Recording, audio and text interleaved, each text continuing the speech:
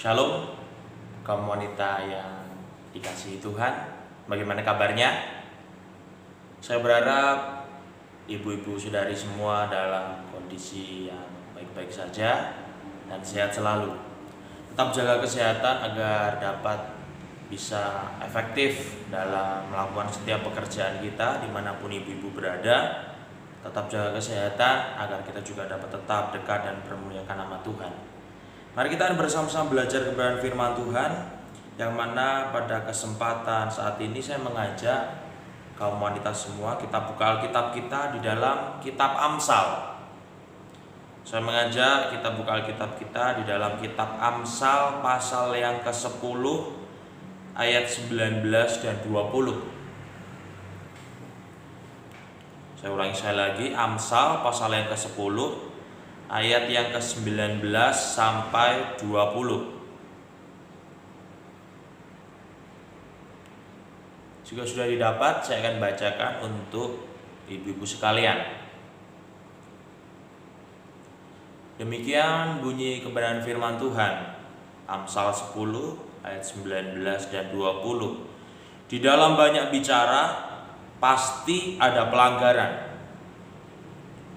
Tetapi siapa yang menahan bibirnya berakal budi. Lidah orang benar seperti perak pilihan, tetapi pikiran orang fasik sedikit nilainya. Mari kita akan berdoa untuk mengawali kebenaran firman Tuhan. Bapa di surga, kami bersyukur, berterima kasih untuk kebaikan kemurahan Tuhan, untuk setiap apa yang Tuhan anugerahkan dalam kehidupan kami. Kami mengucap syukur Bapa, dan pada kesempatan saat ini kami mau belajar firman Tuhan. Mari Bapa di surga, Engkau akan mengurapi setiap kami, Engkau akan menolong kami, sehingga Roh Kudus Engkau akan memampukan kami untuk menjalani hari-hari ini berdasarkan firman Tuhan. Terima kasih Bapa, Engkau juga urapi hamba-Mu yang penuh dengan kelemahan dan keterbatasan, sehingga apa yang keluar dari mulut bibir hamba-Mu semua adalah dari isi hati Tuhan saja. Terima kasih Tuhan, demi nama Yesus kami berdoa. Haleluya, amin. Nah, ibu-ibu yang dikasihi Tuhan, pada kesempatan saat ini saya akan memberikan judul kebenaran firman Tuhan, yaitu mengendalikan lidah, mempermuliakan Tuhan. Sekali lagi, judul firman Tuhan saat ini adalah mengendalikan lidah, mempermuliakan Tuhan. Nah, ibu-ibu yang dikasihi Tuhan, di dalam Amsal pasal yang ke-10. Jadi ini nanti kalau ibu-ibu ada waktu begitu ya, santai, waktu luang, silahkan dibaca satu pasal penuh, yaitu Amsal pasal yang ke-10.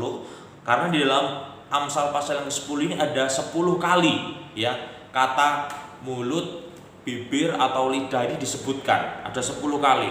Dan saya mencatat di dalam Alkitab ya, Alkitab yang kita miliki itu ada 36 kali ya, 36 kali kata lidah itu disebut.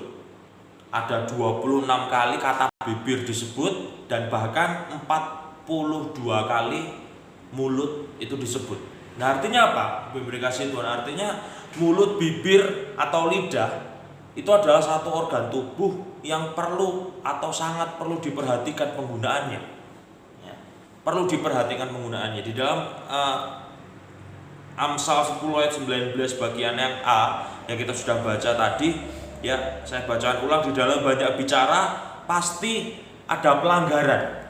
Di dalam banyak bicara pasti ada banyak pelanggaran. Nah, apa yang kita bisa pelajari ibu-ibu? Yang bisa kita pelajari adalah tanpa sadar ya, ketika kita mulai berbicara tanpa sadar, mungkin ya, ini mungkin pernah terjadi dalam kehidupan kita. Ketika kita berbicara tanpa sadar, yang keluar dari mulut bibir kita itu bukanlah satu kata-kata berkat, tetapi mungkin pernah kita mengatakan kata-kata kutuk. Artinya kata-kata yang menyakiti orang lain, kata-kata yang tidak memberkati orang lain.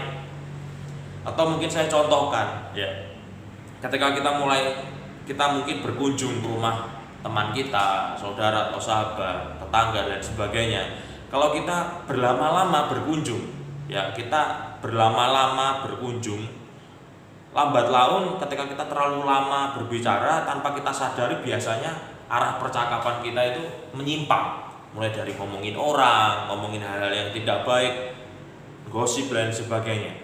Itu terjadi karena memang di ayat 19, Amsal 10 ayat 19 ini sudah dikatakan di dalam banyak bicara pasti ada pelanggaran. Wow, ternyata firman Tuhan sudah menyampaikan hal ini ya. Jadi kita harus berhati-hati menggunakan lidah, mulut dan bibir kita, Ibu-ibu. Ya. Kita harus berhati-hati. Nah, ayat 19b di bawahnya itu dikatakan tetapi siapa yang menahan bibirnya berakal budi. Jadi ini ada satu perbandingan ya, ayat 19 ini di dalam banyak bicara pasti ada pelanggaran, tetapi siapa yang menahan bibirnya itu berakal budi. Maksudnya apa? Maksudnya adalah kalau mungkin saya bisa ingatkan sedikit kepada ibu-ibu, kita pasti mengenal satu peribahasa yaitu tong kosong itu nyaring bunyinya. Ada tong kosong nyaring bunyinya. Ini memang peribahasa atau perumpamaan peribahasa ya, yang mungkin kita sudah lama kenal. Artinya begini ya, di ayat 19 ini saya yang rindu sampaikan kepada ibu-ibu semua bahwa kita harus tahu, kita harus mengendalikan lidah kita. Mengendalikan di sini bukan berarti kita tidak boleh berbicara ya, atau kita kemudian saya meniti gitu. Saya sehari hanya boleh ngomong 1 jam. Jadi selama 23 jam yang lain saya nggak boleh ngomong. Bukan seperti itu maksudnya. Tetapi kita harus benar-benar tahu kapan kita boleh atau kita yakin ketika kita mengucapkan sesuatu itu sesuatu yang memberkati. Ya, jadi kita bisa memilih waktu yang tepat kapan kita memang harus berbicara dan kapan tidak. Tetapi kalau kita yang penting asal ngomong, kita asal kecap mungkin begitu ya. Setiap ada pembicaraan kita ngomong seenak kita. Ada orang lain ngomong kita ikut nimbrung, wah nggak peduli apa. Toh ngomong juga gratis. Toh ngomong itu juga nggak ada dibatasi. Tuhan nggak membatasi saya sehari saya boleh ngomong 2 jam, habis itu saya menjadi membisu. Bukan, ngomong itu gratis. Tapi bukan berarti kita dengan seenaknya menggunakan. Ya, Amsal mengatakan di dalam banyak bicara pasti ada pelanggaran. Tetapi siapa yang menahan bibirnya berakal budi. Nah, ibu-ibu dikasih Tuhan, dilanjutkan ayat yang ke-20 ya. Saya bacakan, lidah orang benar itu seperti perak pilihan. Wow. Ya, tetapi pikiran orang fasik sedikit nilainya. Artinya apa ibu-ibu dikasih Tuhan? Artinya mulut, bibir atau lidah itu adalah sesuatu yang berharga yang Tuhan beri. Ya. Memang seluruh anggota tubuh kita itu, semua organ yang ada di dalam tubuh kita itu semuanya berharga. Tapi memang secara spesifik saya akan bahas yaitu tentang mulut, bibir atau lidah. Itu sesuatu yang berharga. Artinya apa? Jangan digunakan untuk sesuatu yang itu tidak memberkati. Ya, mulut, bibir, lidah kita jangan kita gunakan untuk sesuatu yang itu menjijikkan Tuhan atau sesuatu yang tidak mempermuliakan nama Tuhan. Kita harus mengendalikan lidah kita. Seperti judul firman Tuhan yang saya katakan, mengendalikan lidah itu mempermuliakan Tuhan. Sekali lagi, ketika kita bisa, mau, dan mampu mengendalikan lidah, berarti hidup kita mempermuliakan Tuhan. Karena kadang-kadang tanpa kita sadari, ketika kita banyak bicara, banyak perkataan-perkataan kita yang tanpa kita sadari justru mendukakan hati Tuhan. Nah, pada kesempatan saat ini saya akan sampaikan kepada ibu-ibu sekalian, bagaimana sih? Ya, tentu mungkin ibu-ibu bertanya, ada nggak sih kiat untuk kita mengendalikan lidah? Mungkin ada banyak dan mungkin saja kita bisa temukan sendiri. Tapi pada kesempatan saat ini saya rindu membagikan ada 3 hal. 3 hal bagaimana cara kita untuk mengendalikan lidah. Ya, saya sebut ini sebagai saringan. Mungkin lebih familiar, namanya saringan pasti setiap ibu-ibu pasti tahu lah ya. Ada saringan teh ya, mungkin saringan untuk masak dan sebagainya. Sesuatu yang disaring itu namanya memisahkan sesuatu yang kita butuhkan dan sesuatu yang kita tidak butuhkan. Ya, itu namanya saringan, pasti begitu. Ya, ini saya pakai kalimat itu, kata itu saya pakai. Ada 3 saringan untuk bagaimana cara kita mengendalikan lidah agar mulut bibir kita ini senantiasa menjadi berkat dan mempermuliakan Tuhan, ibu-ibu. Ya, ada 3 hal. Yang pertama, mari kita bahas bersama-sama. Saringan yang pertama, ya, mungkin kita perlu cek. Ya, yang pertama kita perlu cek setiap kita mau berkata-kata, setiap kita mau berbicara, setiap kita mau menyampaikan sesuatu kepada orang-orang di sekitar kita, kita harus cek terlebih dahulu apakah yang akan kita sampaikan itu adalah suatu hal yang baik. Itu saringan yang pertama. Apakah itu sesuatu yang baik? Ya. Kalau itu adalah kalimat yang itu akan menyakiti saudara kita. Ya. Kalau kalimat-kalimat yang sebentar lagi kita akan lontarkan itu adalah sesuatu yang menghina orang lain, menghina hidupnya, menghina rumah tangganya, menghina kelakuannya, bahkan menghina semua lini dalam kehidupannya, atau bahkan apa yang akan kita mau ucapkan itu adalah sesuatu yang permalukan orang lain, hentikan, di stop. Kita punya waktu beberapa detik sebelum kita melontarkan, pasti kan ada di pikiran dulu apa yang mau kita ucapkan. Sebelum itu sampai terucap, pikirkan dulu apakah itu hal yang baik. Dicek terlebih dahulu apakah itu hal yang baik. Kalau tidak, ditahan. Ingat firman Tuhan, tetapi siapa yang menahan bibirnya berakal budi. Ya. Jadi satu hal yang luar biasa. Jadi kita harus cek terlebih dahulu. Ya, dimanapun kita berada, di gereja, di rumah tangga, di masyarakat, di tempat pekerjaan, kita harus cek terlebih dahulu. Ya. Apakah yang mau kita ucapkan itu ada hal yang baik? Rata-rata orang mengatakan kalau sudah sama teman sendiri mah nggak usah harus seperti itulah ya kan. Kita asal ngomong aja dan lain sebagainya. Kecuali kalau yang menjadi lawan bicara kita itu mungkin orang penting, bagaimana caranya kita mengucapkan hal yang baik. Tapi kadang-kadang kita lupa ingatan seakan-akan kalau kita udah konco dewe, udah tetangga dewe, ngomong sak penake tanpa kita sadari ucapan kita justru menghina. Mungkin orang tersebut juga ya udah nggak apa-apa, udah teman sendiri, tapi mungkin meninggalkan bekas luka. Tentu kita ingin menghindari hal itu. Mungkin orang tersebut tidak menyampaikan, aku sakit hati sama perkataanmu, ya. Tapi mungkin dipendam dalam hati. Bukankah itu justru lebih menyakitkan? Artinya kita perlu menghindari tersebut, ibu-ibu ya. Mari, yang pertama, ya saringan yang pertama kita cek terlebih dahulu apakah yang kita mau lontarkan itu adalah perkataan atau kalimat-kalimat yang baik, atau itu adalah yang tidak baik dan itu menyakiti. Kalau hal seperti itu mending kita stop. Ya, kita tahan bibir kita. Ya, agar yang kita sampaikan itu ada hal yang baik. Tapi kalau ibu-ibu, ini yang saya sampaikan adalah kalimat-kalimat motivasi, kalimat pujian, kalimat yang membangun, silakan disampaikan. Ya, silakan dikatakan, itu hal yang bagus justru. Ya, jadi yang pertama kita mengenal ada yang namanya saringan, cek apakah itu hal yang baik atau tidak. Itu yang pertama. Kemudian yang kedua adalah saringan yang berikutnya, apakah yang kita katakan itu adalah hal yang benar. Nah, ini beda. Tadi yang pertama adalah apakah itu hal yang baik atau buruk. Tapi yang kedua ini adalah apakah yang akan kita sampaikan, apakah yang akan ibu-ibu lontarkan kepada orang lain itu adakah sesuatu yang benar. Ya. Benar di sini adalah kalau zaman sekarang disampaikan itu fakta atau hoax begitu loh ibu-ibu ya. Jadi bukan saya berusaha mendiskreditkan ibu-ibu, tapi kan seperti dulu saya pernah sampaikan ada kecenderungan namanya ibu-ibu itu pulsanya banyak berkata-kata tanpa dicek terlebih dahulu itu sudah kebenaran atau belum ya. Itu adalah perkataan yang sia-sia. Jika yang kita sampaikan itu belum nyata kebenarannya, masih sebuah gosip, masih sebuah kebohongan, mending ditahan, mending kita stop terlebih dahulu ya. Kalau yang kita sampaikan, ini aku dengar ya, biasanya kalimat seperti itu, aku dengar orang ini seperti ini loh. Nah, kemudian kita mulai bergosip, bergunjing gitu. Oh iya toh gini. Kemudian di akhir ternyata itu cuma bohong, itu ternyata hanya desas-desus. Kita hanya akan buang-buang waktu dan mungkin perkataan kita akan sulit dipercaya orang untuk di waktu-waktu yang lain. Ya, jadi saringan yang kedua ini juga tidak kalah penting ibu-ibu. Ya, tidak kalah penting artinya apakah yang kita sampaikan itu sebuah kebenaran atau itu hanya gosip semata, kebohongan, desas-desus, kabar burung, kabar angin yang kita belum tahu kebenarannya, tapi karena namanya gosip itu semakin digosok makin sip mungkin begitu. Enak nih dipergunjingkan. Ya ternyata itu bukan sesuatu yang benar. Kita justru tidak mempermuliakan nama Tuhan. Apalagi kita mulai berbicara kepada orang yang belum mengenal Tuhan, kita akan semakin tidak memberkati ya. Ternyata orang Kristen tuh ternyata suka gosip. Betapa kita menjadi mempermalukan nama Tuhan. Ingat ibu dikasih Tuhan, firman Tuhan yang kita sudah baca Amsal 10 ayat 19 juga dikatakan, tapi siapa menahan bibirnya berakal budi ya. Jadi Tuhan menganggap kita ini berakal budi ketika kita sebisa mungkin menahan bibir kita ya. Ada saringan itu tadi ya. Jadi yang kedua adalah apakah itu adalah hal yang benar ya. Sudah dua ya. Jadi ibu-ibu yang pertama apa? Saringan yang pertama ya, yang pertama adalah apakah itu hal yang baik. Kalau itu baik diucapkan, membangun, memotivasi, silakan diucapkan. Kalau menyakiti jangan.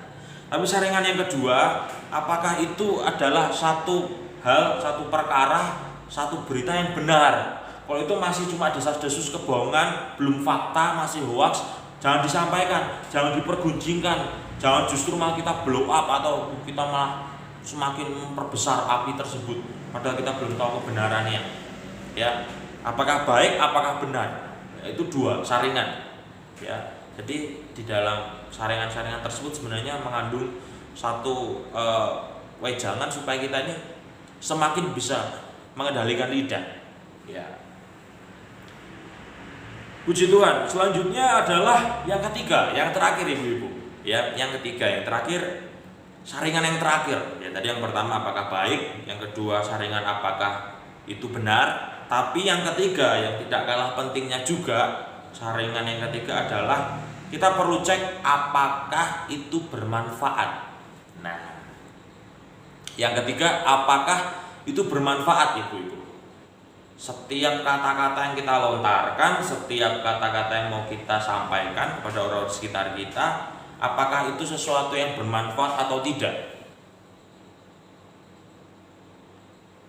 Seringkali tanpa kita sadari, ketika kita mulai berbicara sesuatu pada orang lain, kita pikirkan apakah sesuatu ini nantinya bisa membuat segala sesuatu menjadi lebih baik. Ini yang saya sampaikan ini adalah sesuatu yang suatu saat akan menjadi manfaat bagi orang lain, atau justru malah sebaliknya. Jadi indikasinya seperti ini ibu-ibu ya. Apakah yang akan kita sampaikan, kata-kata yang kita katakan, kita sampaikan pada orang itu apakah menjelek-jelekkan orang lain, merendahkan orang lain, atau indikasi yang paling tepat sebenarnya adalah apakah kata-kata yang akan saya sampaikan itu membuat kita semakin berdosa atau tidak. Nah, ini yang lebih tepat ya. Banyak orang yang tanpa sadari ketika menyampaikan sesuatu itu semakin banyak menyampaikan sesuatu semakin berdosa. Wah, saya kebetulan kemarin Rabu ya, ketika saya menjaga posko Covid, ceritanya menjaga posko Covid itu di Perumahan Ngasem sana, saya istilahnya punya satu rekan tim gitu dari RT lain sih. RT lain itu yang jaga sama saya. Wah, itu bagi saya pribadi itu adalah contoh yang sangat buruk dalam berkata-kata ya. Jadi mungkin kalau pribadi saya mungkin 8 sampai 10 tahun yang lalu, saya mungkin mendengar orang berbicara demikian saya malah senang begitu, karena mungkin saya masih suka berkata-kata yang jelek dan berkata-kata kotor. Tapi kemudian seperti Tuhan ingatkan, saya bersama-sama dengan rekan saya yang menjaga pos Covid itu, dia berkata-kata tuh setiap spasinya itu kata-kata kotor ibu-ibu. Wah, jadi ngomong apa diselingi kata-kata kotor, ngomong apa selingi kata-kata kotor. Ya, jadi kalau itu selama 5 menit dia tidak berhenti berbicara, mungkin kira-kira dia sudah sampai 100 atau 200 kali berkata-kata kotor, Bapak Ibu. Ya, maksud saya ibu-ibu. Wah, jadi semakin banyak berbicara tanpa kita sadari, itu justru membuat kita berdosa. Lebih baik dihentikan ibu-ibu. Ya. Semakin kita banyak ngomong, semakin kita menjelekkan orang, semakin banyak ngomong, semakin kita buat orang yang ada di dekat kita itu justru sakit hati. Semakin kita banyak ngomong itu membuat kita berdosa, tidak ada manfaatnya sama sekali, mending diam.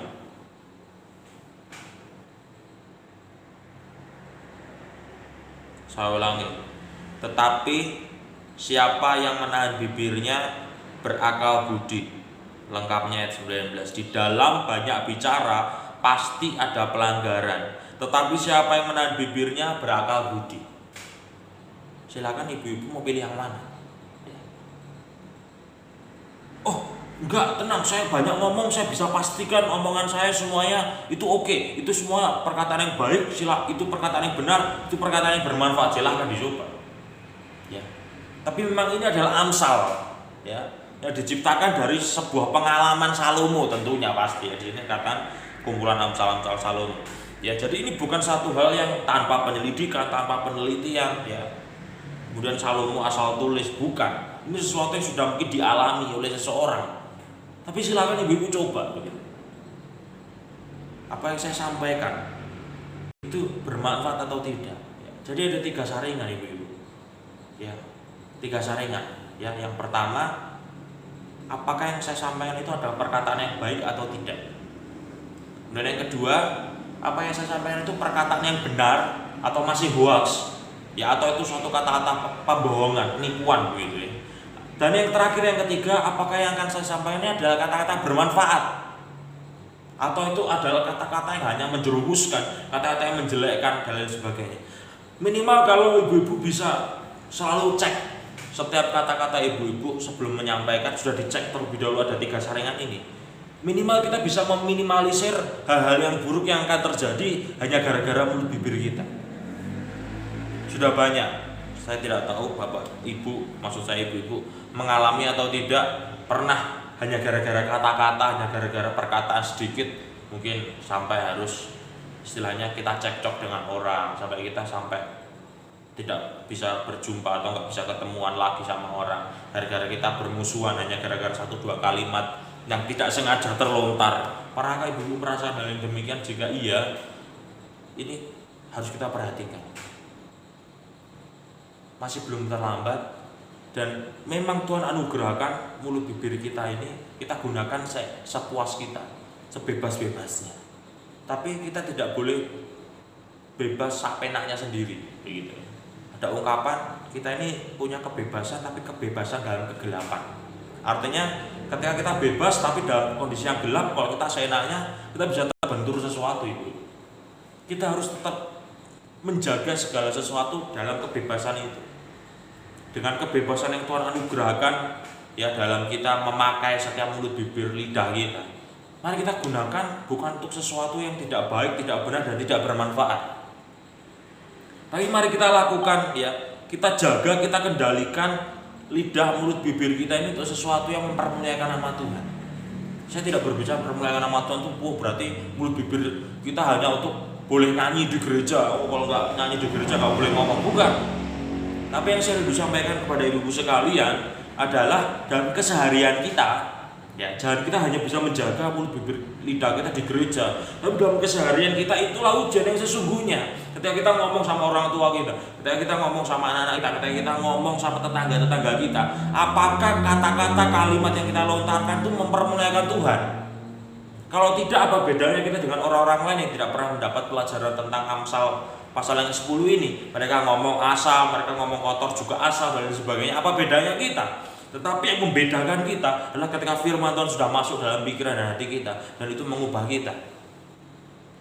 Oleh karena itu, ibu-ibu yang dikasihi Tuhan, firman Tuhan mengatakan di dalam banyak bicara pasti ada pelanggaran, tetapi siapa yang menahan bibirnya berakal budi. Orang lain tidak bisa mengendalikan bibir, lidah, mulut Anda, ibu. Yang bisa mengendalikan adalah ibu-ibu sendiri. Oleh karena itu, mari kita kendalikan sedemikian rupa agar mulut, bibir, lidah kita ini bisa menyenangkan hati Tuhan.